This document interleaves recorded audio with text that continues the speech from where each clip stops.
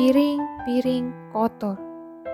Matius pasal yang ke-24 ayat ke-37 sampai 44. Demikianlah firman Tuhan.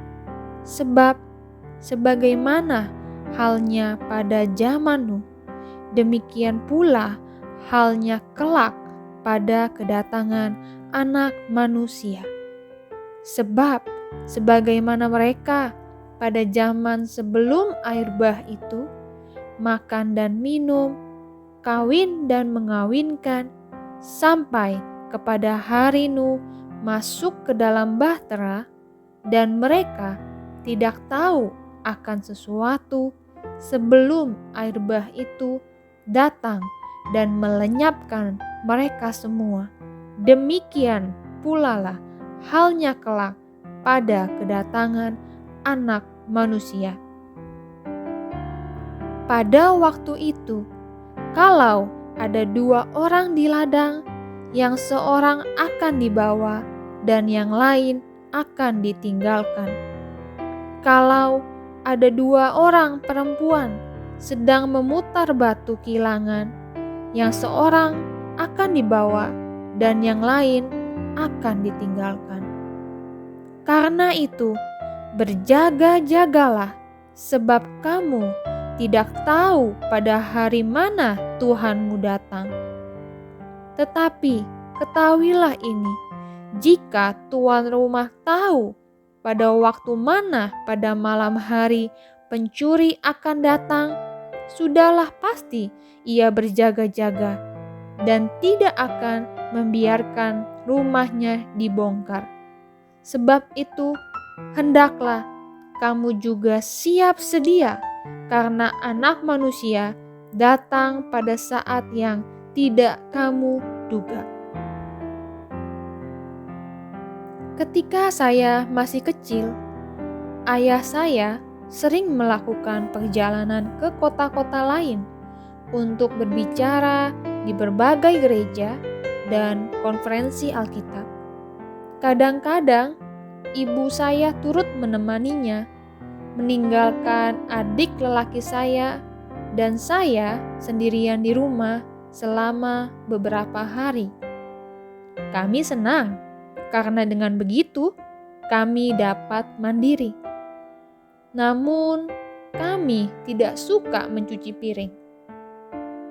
Saya ingat ketika kami mencoba mengesampingkan tugas yang tak menyenangkan itu selama mungkin dengan menumpuk semua piring, gelas, sendok, dan garpu kotor di dalam oven setiap kali selesai makan. Di akhir minggu, hampir tidak ada tempat tersisa di dalam oven.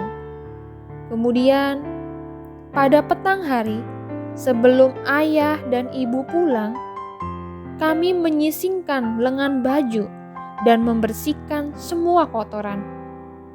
Perlu waktu berjam-jam mengerjakannya. Alangkah malunya jika ternyata orang tua kami datang lebih cepat dari dugaan kami dan melihat banyak piring kotor yang berserakan. Matius pasal yang ke-24 ayat 36, 42 dan 44 berkata, "Karena kita tidak tahu pasti kapan Kristus akan kembali, maka kita tidak boleh malas dalam menempuh perjalanan Kristiani kita. Pengharapan bahwa Dia akan datang setiap saat seharusnya membantu kita untuk menjadi hamba yang setia dan bijaksana. Jika kita menjadi hamba yang setia dan bijaksana selama menanti kedatangannya, maka kita akan beroleh keberanian percaya dan tidak perlu malu lagi ketika Dia datang, karena Dia mendapati kita setia." Ya, Kristus akan datang kembali seperti yang telah dijanjikannya.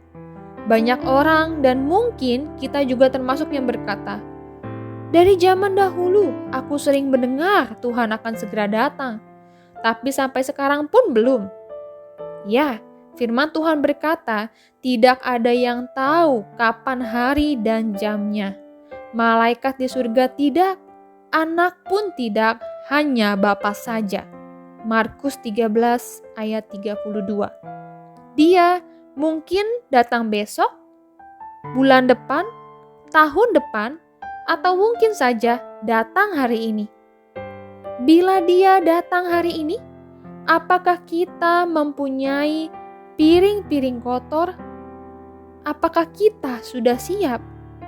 Sekaranglah saatnya untuk mempersiapkan diri kita.